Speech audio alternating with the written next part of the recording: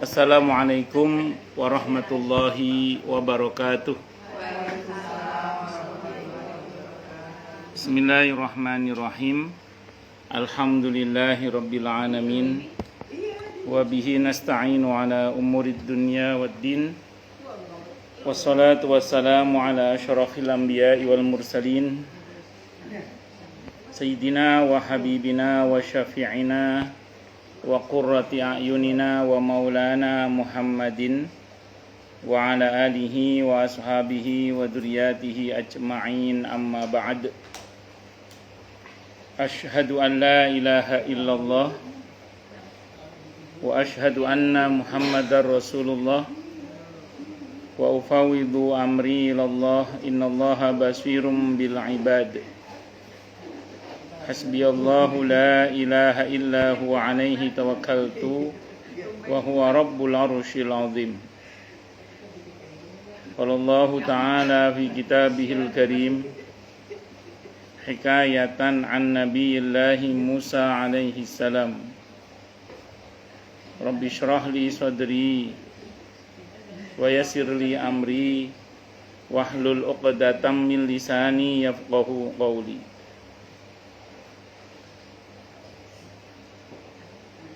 Para asatidah, para ibu-ibu sekalian, hafidhani wa hafidhakunallah.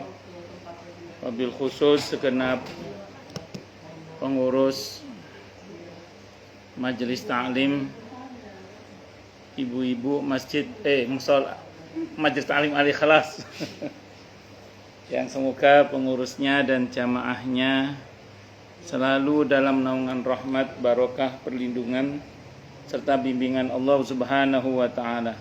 Amin, Allahumma amin, insyaallah. Sebentar lagi, saya mau ucap dulu ini.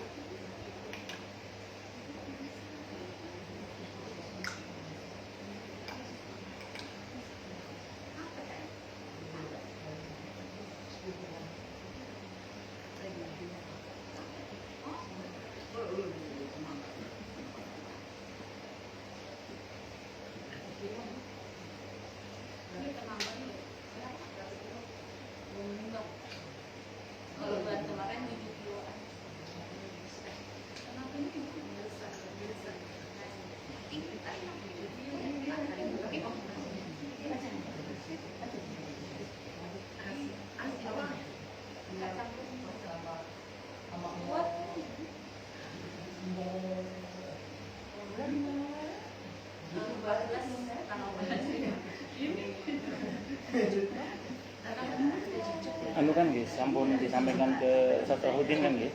Kalau sudah, tadi beliau sudah saya minta untuk disampaikan ke pengurus-pengurus yang terkait. Niku saya ini nanya siapa panitia muslimnya katanya. Matur nuwun belum itu.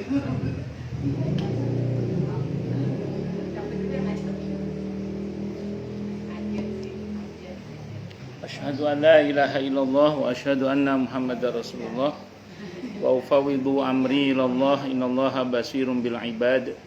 Hasbiyallahu la ilaha illahu alaihi tawakkaltu wa huwa rabbul arsyil azim.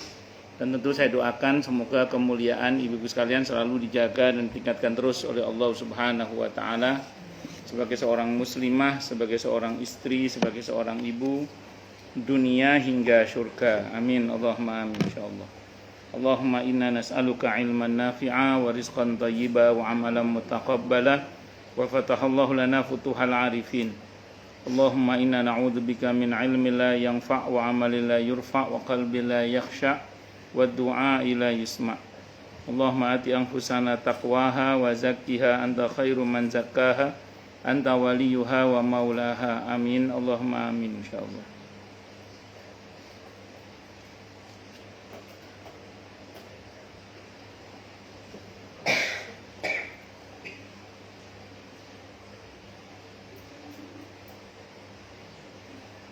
Masih melanjutkan kajian kita kitab Al-Kabair, daftar dosa-dosa besar, karya Al-Imam Ad-Dhahabi rahimahullah rahmatan wasi'ah. wa rahimallahu ulama al-muslimin.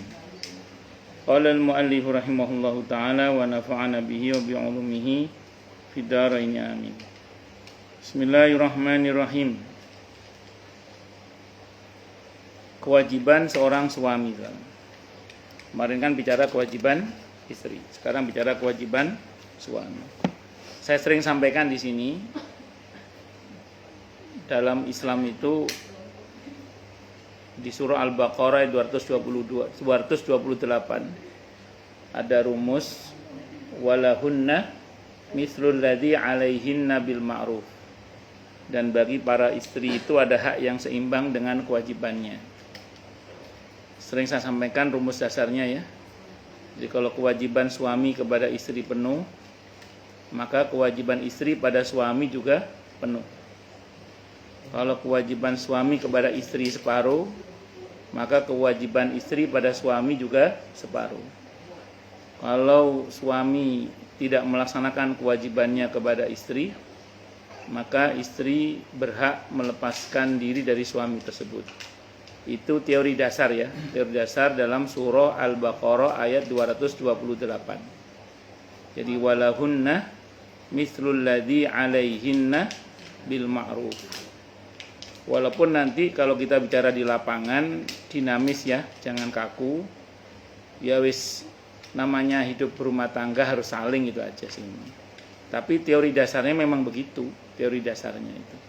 Nah, tapi saya ulang, namanya muamalah sosial pernikahan itu ya cair aja lah, nggak usah kaku-kaku. Sebagaimana saling tadi. Jadi jangan merasa paling, tapi harus saling tadi itu.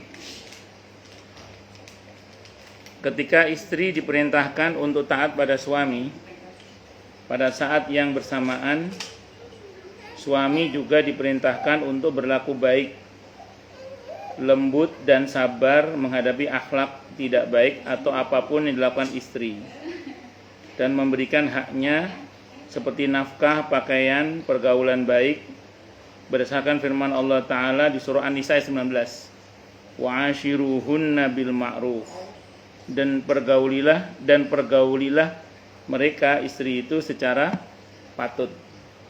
Saya mau terangkan dulu yang pertama, bagaimanapun juga keadaan istri, dalam tanda kutip, seburuk apapun tingkahnya, maka kewajiban suami adalah dengan sawab tawar,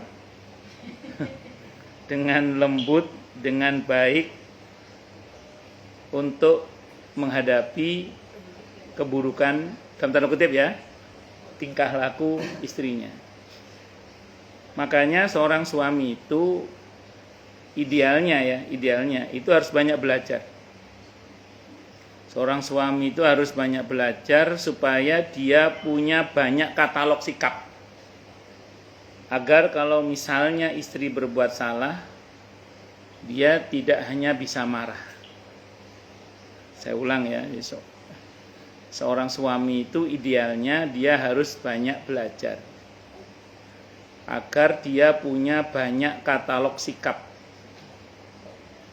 Dan supaya kalau istri berbuat salah, supaya suami tidak hanya bisa marah, tapi punya banyak pilihan sikap karena banyak belajar tadi itu.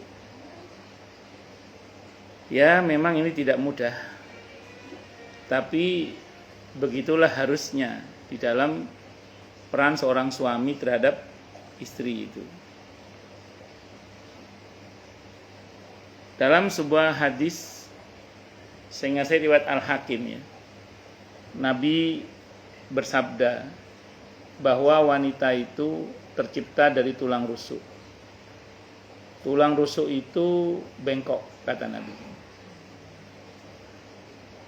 Fa'in tuqimha tuksirha. Kalau engkau wahai suami mencoba meluruskannya, pasti patah. Jadi kalau ada seorang wanita yang tabiatnya sebagaimana tulang rusuk bengkok misalnya gitu ya, kok suami meluruskannya begitu saja, tak pasti patah, kata Nabi. Apa perintah beliau? Fadariha ta'ish biha, kata Nabi. Bersikap lembutlah kepada istri maka engkau akan bisa hidup berdampingan atau berbahagia dengan istri.